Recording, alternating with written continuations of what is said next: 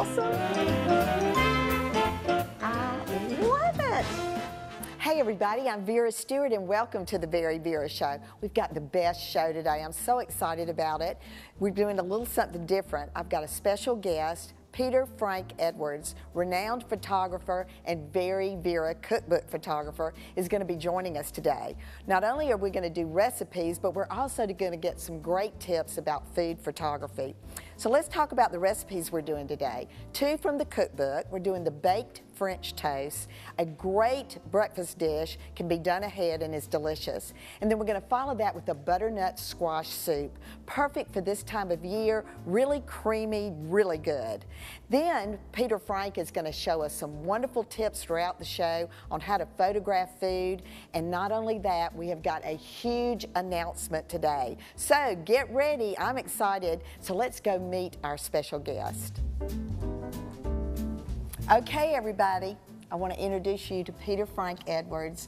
Peter Frank Edwards is a renowned photographer.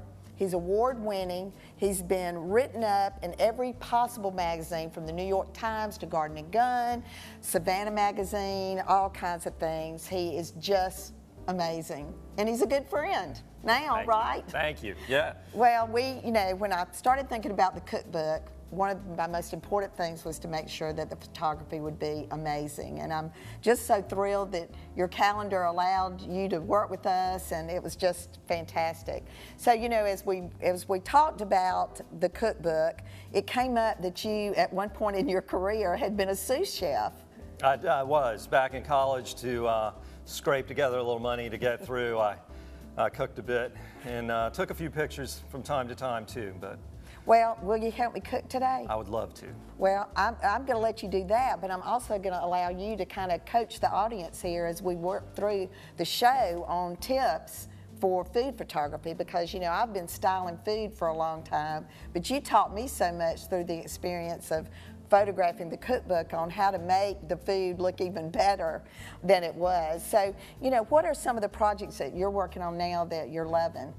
I love book projects. I love a long-term project, and I've got a few books going with notable chefs, a few magazine projects going on, a little Southern Living tour through the Golden Isles of Georgia. Oh, man. Well, you brought me this as a gift, and this is a brand new project that you just did. That's a favorite. That just came out just at the end of last year. Book for Le Creuset. Oh, man. And obviously the photography is amazing. Well, as we were doing the photography, you tried a lot of different things. He was always kind of over in the corner looking for what he might be able to sample. What was your favorite recipe from the book? I would say the tomato pie probably was my fave. Well, we had tomatoes, and every time we'd clean something up, you would come back with a little Parmesan cheese and kind of throw it and make it look a little messy. We had so much fun doing that photography together. One of the things that I kind of got guilty of was I kept thinking I needed to add one more thing, and I would be kind of creeping up behind you with another little prop. Vera likes to creep a little bit. And it was just really a lot of fun. One of the things that we're going to kind of tease today is we've got a kind of a special announcement, but I also want to emphasize that sometimes clean is not the best way to go. As I said, you kind of took a sheet pan and made it look really rough, and the photography from that was completely amazing. Well, thank you. I like to think that we're just sort of styling stuff the way people cook at home. Everything is not spotless and clean when you are in your own kitchen. Well, that's right. And the 2 recipes that we're going to do today, the baked French toast, which we really had fun doing. We looked at different ways that we could photograph it, whether it was singly plated or all in the dish, or even coming out of the oven with drizzling the syrup on it was amazing. The soup that we did, whether it's in the bowl or whether it's ladled, was just great. So we're going to get started, Frank, on the baked French toast first, and I think you loved that recipe. That was one of my faves. So y'all come back with us after the break, and I'm going to see what that sous chef training did for you, and we'll get started on that baked French toast.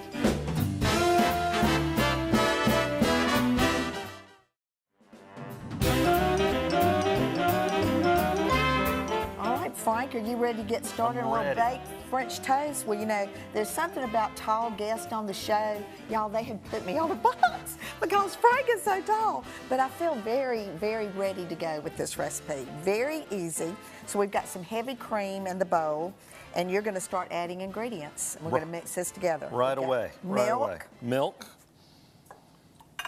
And then we went ahead and beat the eggs, but you don't have to do that. We did it for TV because it'll blend a lot better. All right. Then we've got a little cinnamon, nutmeg. I can see that sous chef coming out in Frank. Working a bowl is tough work. I mean, that's hard. Gosh, and it smells so good. A little vanilla.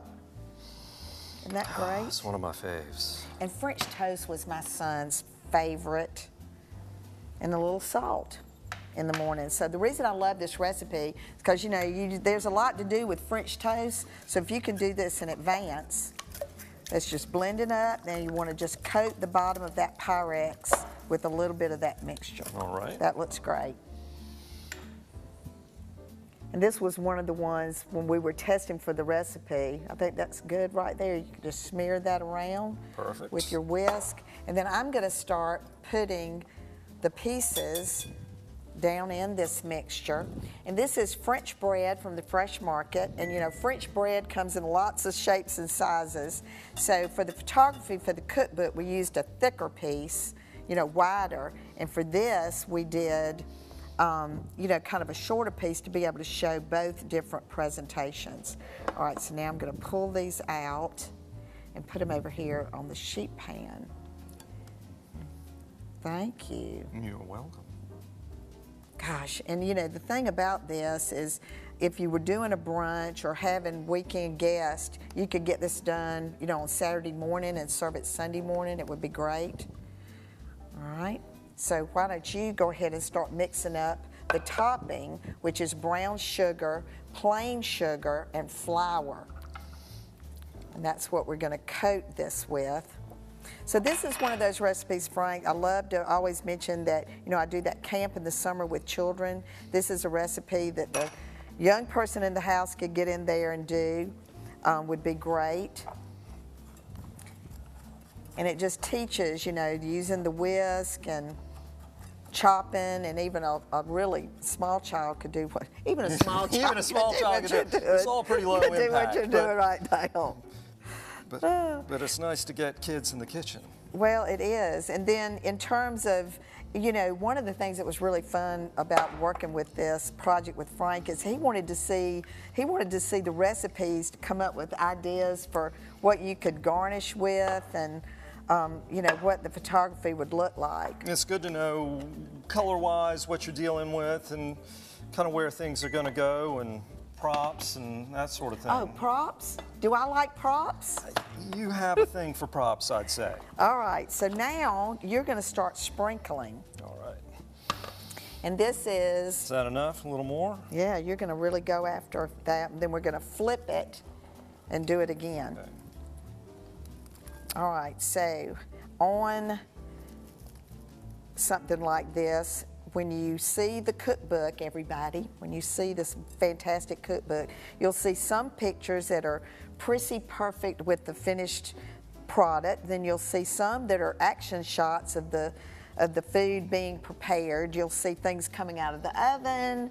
You'll see stuff all over the kitchen counter. We actually had, those were 3 great days together working on the photography. Okay, so now we're gonna flip them. All right.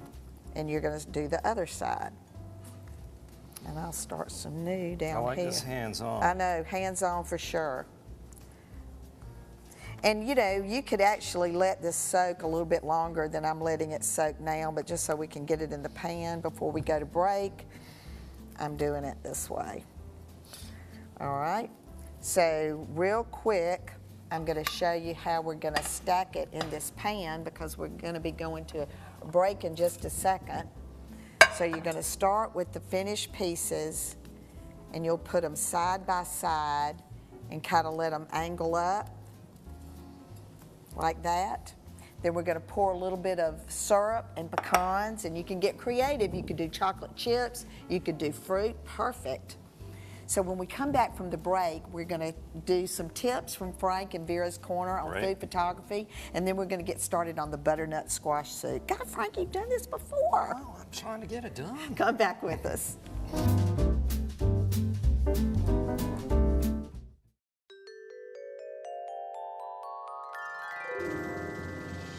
Food photography has really grown in popularity, and today I've got Peter Frank Edwards, renowned photographer, to give us some special tips if you're interested in photographing food. Shooting with proper lighting is extremely important in food photography. Whenever possible, it's helpful to use natural light instead of artificial indoor lighting. Natural light gives a truer representation of the food's color and texture. Don't be afraid to play with lighting. Shooting in direct sunlight versus indirect can produce two very unique images. Take the time to learn the manual settings on your camera. It's easy to shoot in auto mode, but knowing how to shoot in manual gives you full control of your final image. A simple garnish can provide texture and interest to an image, taking it to the next level. We love to use fresh herbs, cream swirled in a bowl of soup, or simply some cracked pepper and kosher salt. Try a combination. Finally, tell a story. Is this soup being eaten on a chilly winter afternoon?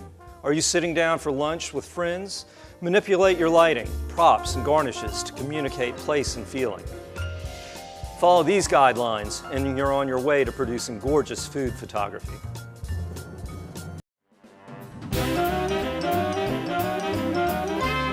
Welcome back, everybody, and I'm going to get on my bike so I can talk to Frank. All right. And we are having so much fun. So if you're just joining us, during the break, we got the baked French toast in the oven on 325. We went ahead and put the rest of that great brown sugar and sugar mixture. I had a little bit of the milk base left. I poured that on top. You sprinkled the rest of the sugar on top. We added a lot of pecans and we poured. And add a little syrup. Ooh, and it is bacon and smelling delicious. Sure does. All right, so now we're going to do butternut squash soup. All right. And you're going to start with the roux. So what have you already gotten done there? We got the butter warmed up to temperature. Might bring it up just a notch. And then we're going to add a little of this flour. Okay. And I'm going to get started with the chicken base that you can pick up, you know, just in the refrigerated section at the grocery store. Fresh Market always has it. And I'm just adding that to just plain milk. Now, another thing that we went ahead and did, Frank, was the butternut squash. You want to peel the butternut squash and cube it and then boil it for about 10 to 12 minutes. And I cubed to about a 1-inch cube. And then once that's done, you're going to put it in either the food processor or a blender and just get it really good and pureed. So we went ahead and got that done, and that just looks beautiful. Perfect. I could eat that. All right, so now you're ready for me to start adding this milk slowly. Bring it on. Into the pan. Okay. All right. So a roux, of course, is just the best base for any cream soup. And if you like a toastier flavor, you can get the flour and butter a little bit browner before you start this process. But this soup is so colorful anyway. We want to maintain that natural, not really toasted look to this roux. Gosh, Frank. It's perfect. It's coming together. It is. It's just the... And I'm going to actually grab my my spatula, and get the last little bit of that in there. Get that last flavor in there. All right, so we've got some seasonings over here that we're going to start adding. Got a little... Garlic powder. Celery salt. Onion powder. Now you're doing all the work. I'm going to have Frank more often. And a good workout here. Maybe I need to learn how to take pictures. Sugar and salt. And you know, this makes a big batch. This is going to actually, by the time we're finished, fill this Dutch oven all the way to the top, but it freezes beautifully. I had to learn a lot about what would freeze in the catering part of my business. All right, so right, now looking pretty good we're here. going to add in half and half. So this is certainly a cream soup for sure. It already smells amazing. So we'll get that in there. Isn't it great? And then applesauce. Now this is why this recipe is going to make you want to buy the cookbook, because That's a little bit of a secret. who ever heard of putting applesauce in butternut squash soup? So one of the girls yesterday said, well, is that for thickening? And I said, no, it's for flavor. You know, I mean, it certainly adds a little bit of thickness, but the flavor part of this is amazing. All right, now it's time to start adding in the pureed squash, and you want to do that in small batches at a time and just watch it change color. Oh my goodness, just add that in, completely get that incorporated, and then once that's done, we're going to start adding in the heavy cream, and this is where you can really get some ideas about garnishing. You can see how it swirls into the mixture. It's really nice. Just get that incorporated. You won't, because you're using a cream soup, you're going to have to constantly stir it or it will stick to the bottom of the pan. And when you get ready to serve, I love soup to almost have steam coming out of it when it's served. So come back with us after the break. We're going to talk more about the big announcement and a giveaway.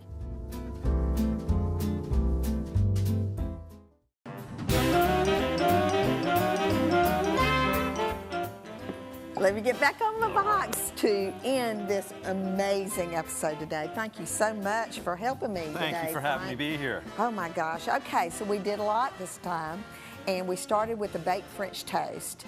And basically, it's your French bread picked up at the fresh market. We cut it into 8 slices.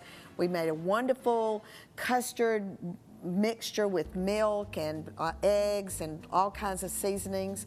Then we dipped it into that, laid it on a sheet pan, covered it with the brown sugar mixture. You did such a great job with that, Frank.